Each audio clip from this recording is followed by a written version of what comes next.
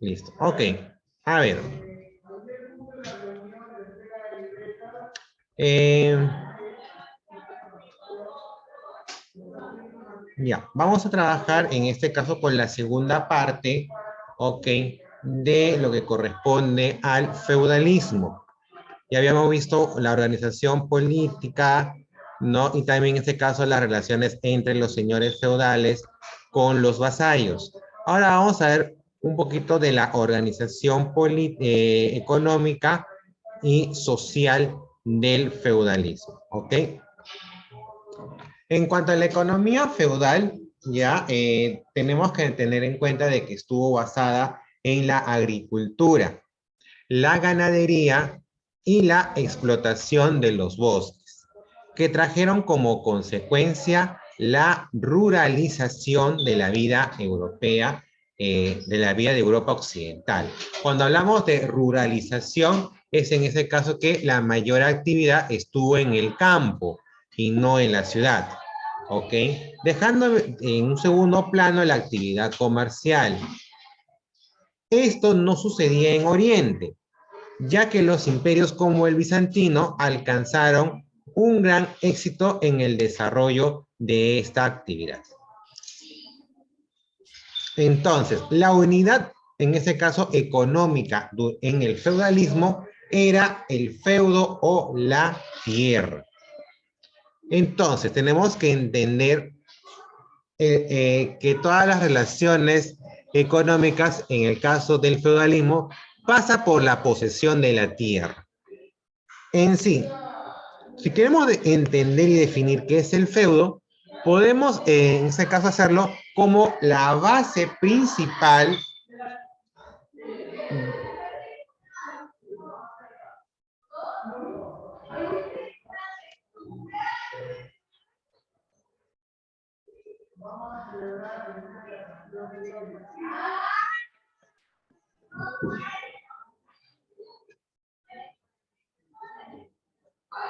¿ya?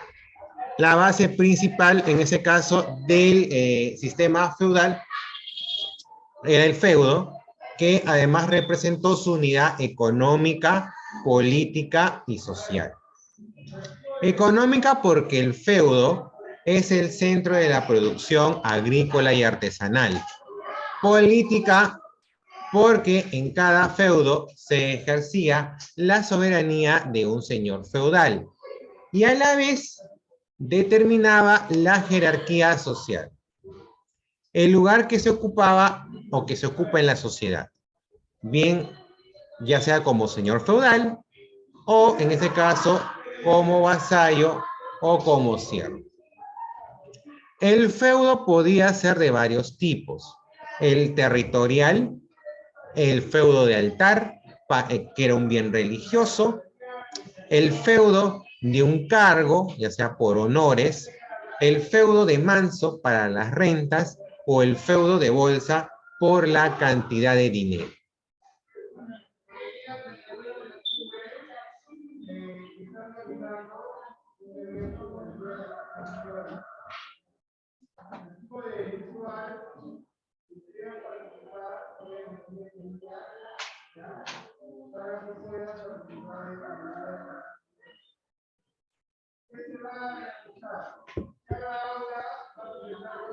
Ya, ahora, ¿quién era el señor feudal?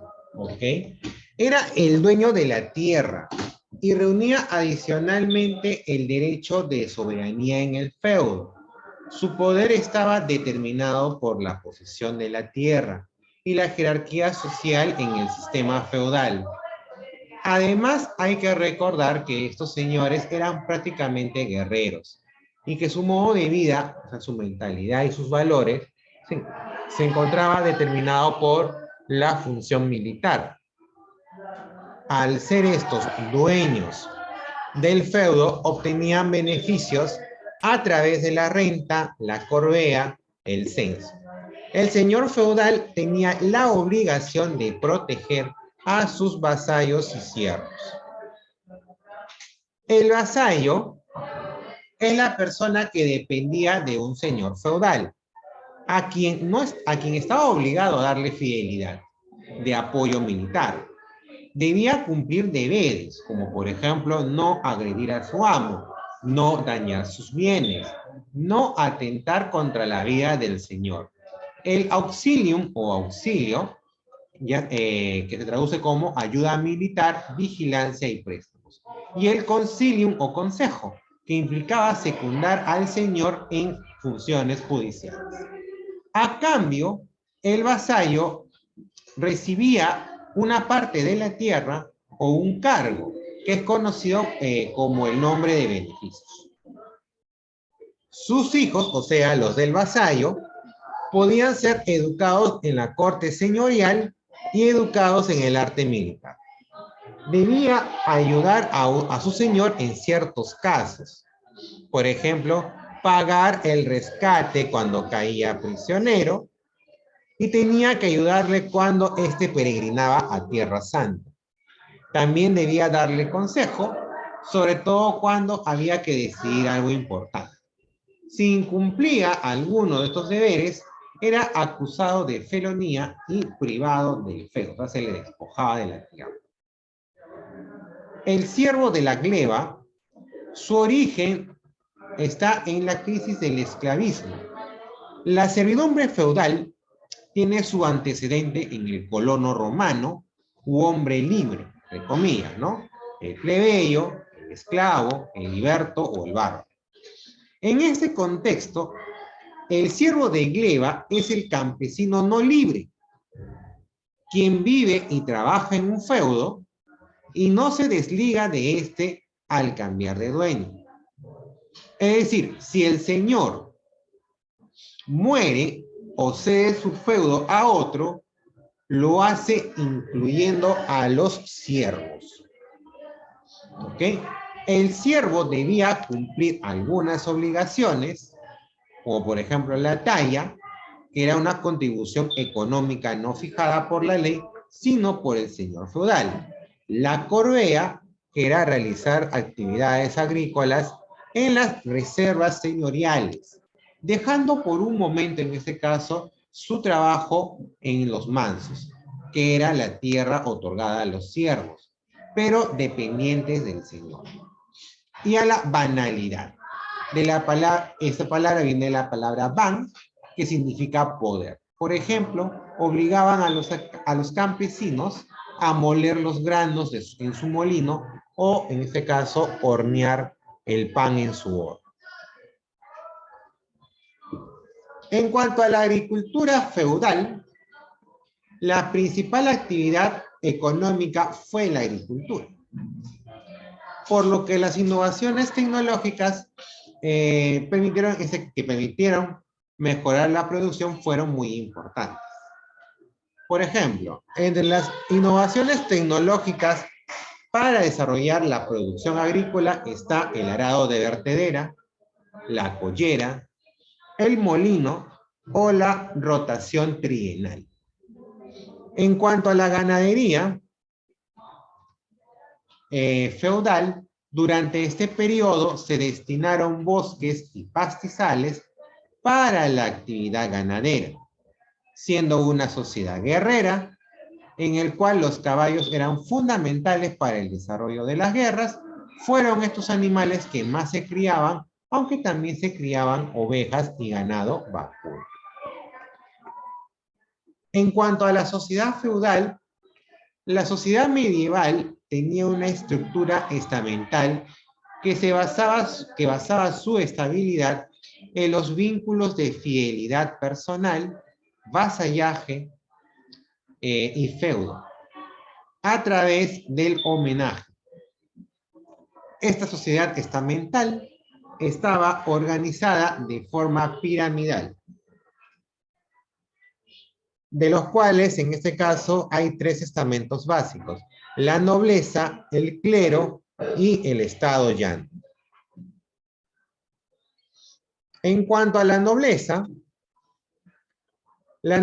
forma la cima, o sea, la parte más alta de la estructura feudal.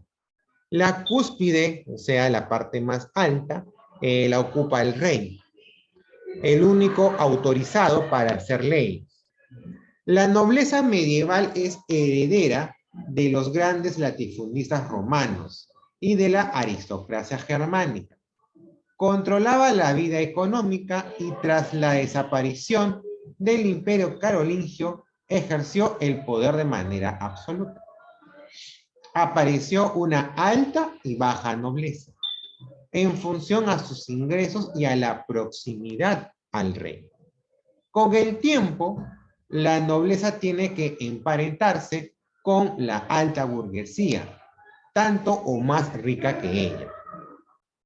Su principal actividad era la guerra y en sus momentos de ocio se dedicaban a la cacería, los torneos y la cetrería, que era la caza con halcones. En cuanto al clero, es una institución plenamente feudalizada. Las órdenes son terratenientes y aumentan sus posesiones gracias a las donaciones. Son auténticos señores feudales y su poder se extenderán por el mundo.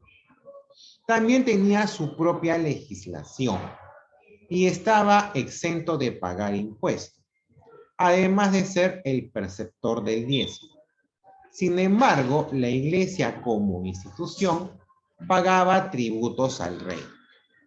No obstante, el nivel de rentas no era el mismo para todo el clero. Las órdenes monacales eran, por ejemplo, muy ricas, así como los obispados, mientras que los curas, o sea, la parte más baja de la estructura clerical, ¿no? Eran muy pobres. Ellos estaban dedicados a la oración y guiar a la parte espiritual de la sociedad con una profunda fe religiosa. En cuanto a los campesinos, se encargaban de trabajar las tierras y constituían la base del sistema feudal, ya que ellos con su trabajo mantuvieron a la nobleza feudal y a los miembros del clero. Se clasificaban en villanos y siervos. Los primeros, o sea, los villanos, eran campesinos libres que vivían alrededor de los castillos. Eran dueños de sus tierras, las que denominaban mansos. En cuanto a los siervos, eran más bien campesinos adscritos a la tierra por la relación de servidumbre, es decir, eran en ese caso campesinos no libres, ¿ok? Entonces, si vemos la estructura feudal, en la parte alta está la nobleza, llamado también los vellatores, como por ejemplo el rey, el señor feudal, el conde, el duque y el marqués.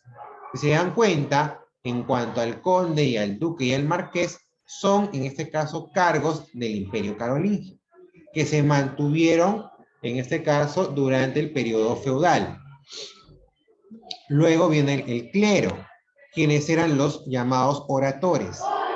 En el clero estaban ubicados el papa, los obispos, los cardenales y los abades. Y en cuanto a los campesinos, llamados los laboratores,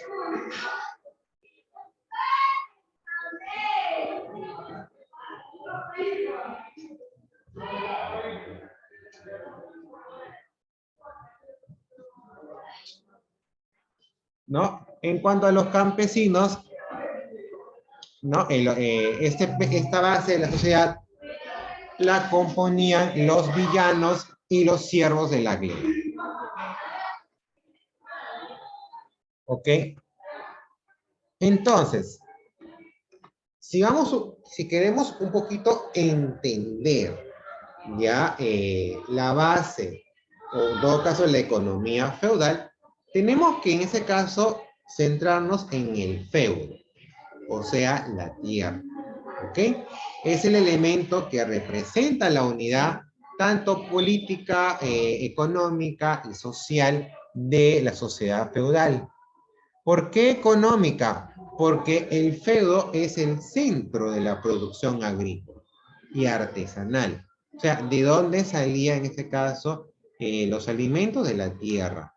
En donde se podía producir, en este caso, los productos artesanales, haga la redundancia, en la tierra. No que salieran de la tierra, sino que tenías que estar en un lugar determinado para poder trabajarlo, ¿no?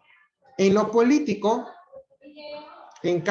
¿por qué era un elemento político el feudo?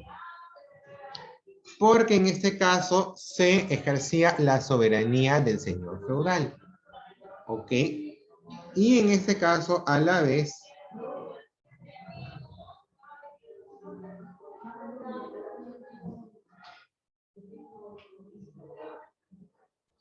¿ya? Y a la vez, en este caso, determina una jerarquía social, ¿ok? Ahora, pero cómo podemos entender esta parte? ¿Ya? Por ejemplo, ¿no? El señor feudal era el que mandaba en su tierra. Daba las órdenes y tenían que ser cumplidas, ¿ok? En otro lado, no mandaba. Mandaba en su tierra. Entonces, tenía en ese caso, ejercía soberanía. Y el derecho de ejercer soberanía hace que en este caso la estructura social sea alta.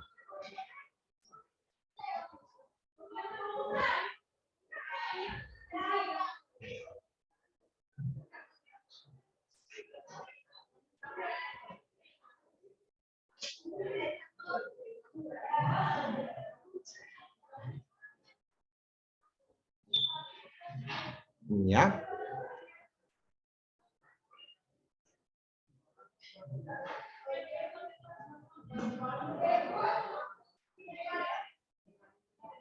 Okay. Entonces,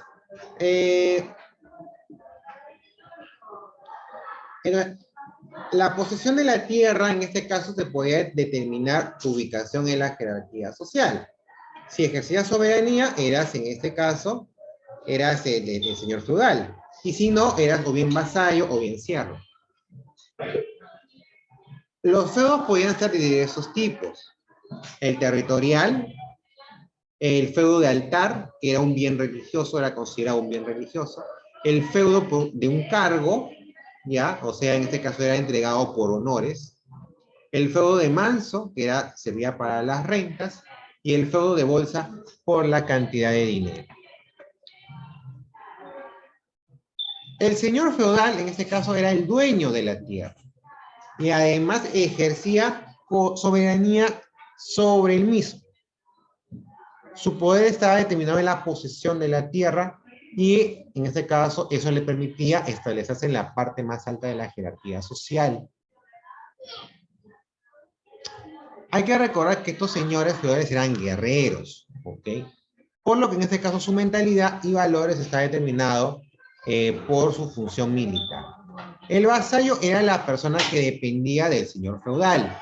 Estaba obligado a darle fidelidad y apoyo militar. Debía cumplir deberes, no agredir a su amo, no dañar sus bienes, no atentar contra la vida del señor, auxiliar, ¿no? Brindarle apoyo militar o préstamos. El concilium o consejo, ¿ya?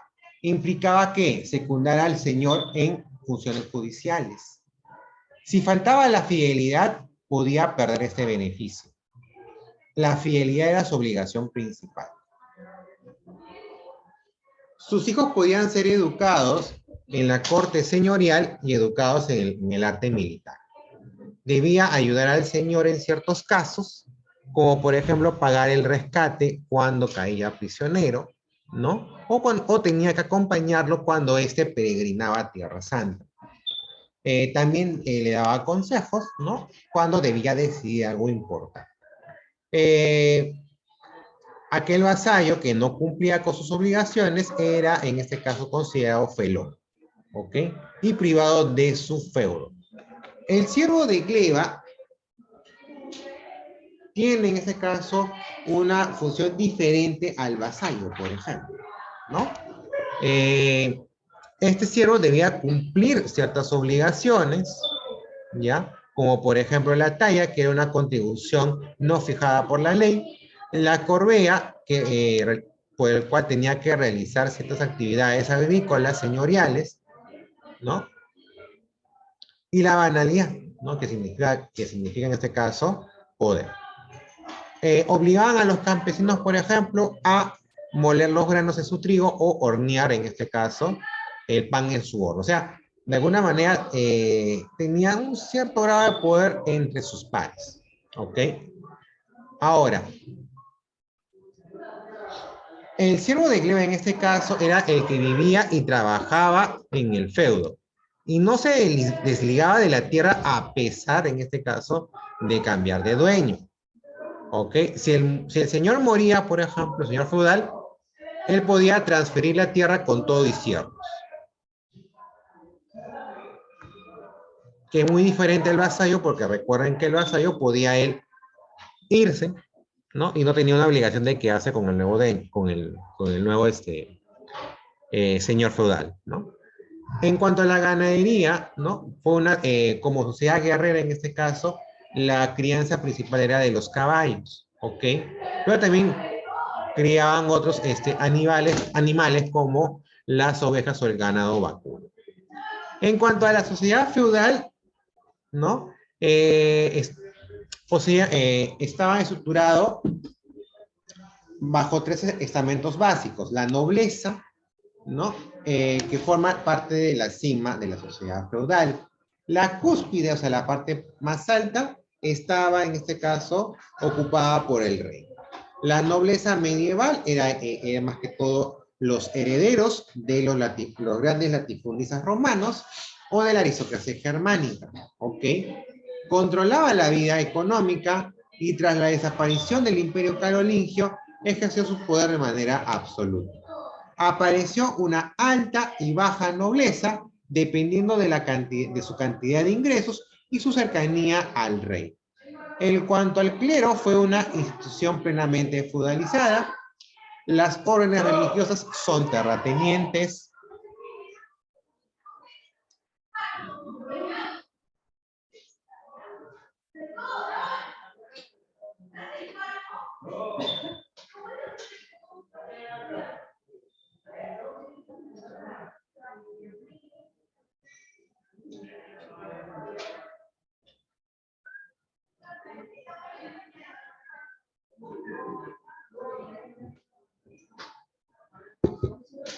¿Ya? Entonces,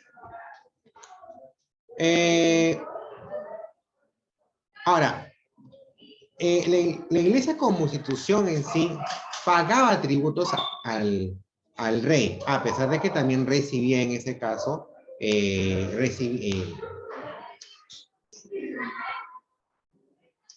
recibía rentas también por impuestos, ¿no? Pero también en este caso pagaba tributos al rey. No obstante, el nivel de rentas no era el mismo para todo el clero. Las órdenes monacales y los obispados fueron muy ricos, sin embargo, los curas parroquiales en este caso eran muy pobres, ¿no? En cuanto a los campesinos, se encargaban de trabajar la tierra y constituían la base del sistema feudal, ya que ellos mantuvieron a la nobleza feudal y a los miembros del clero. Se clasificaban en villanos y siervos. Los primeros eran campesinos libres que vivían alrededor de los castillos. Eran dueños de sus tierras, las que denominaban mansos, mientras que los segundos estaban adscritos a la tierra por una relación de servidumbre. ¿Ok, chicos? Hasta aquí en este caso el desarrollo de lo que corresponde, en este caso, a la sociedad feudal. Bien, entonces pasamos a un periodo de recreo. A las 11 de la mañana nos volvemos a conectar para continuar el repaso del feudalismo. ¿Okay? Entonces nos vemos hasta entonces. Chao, chao.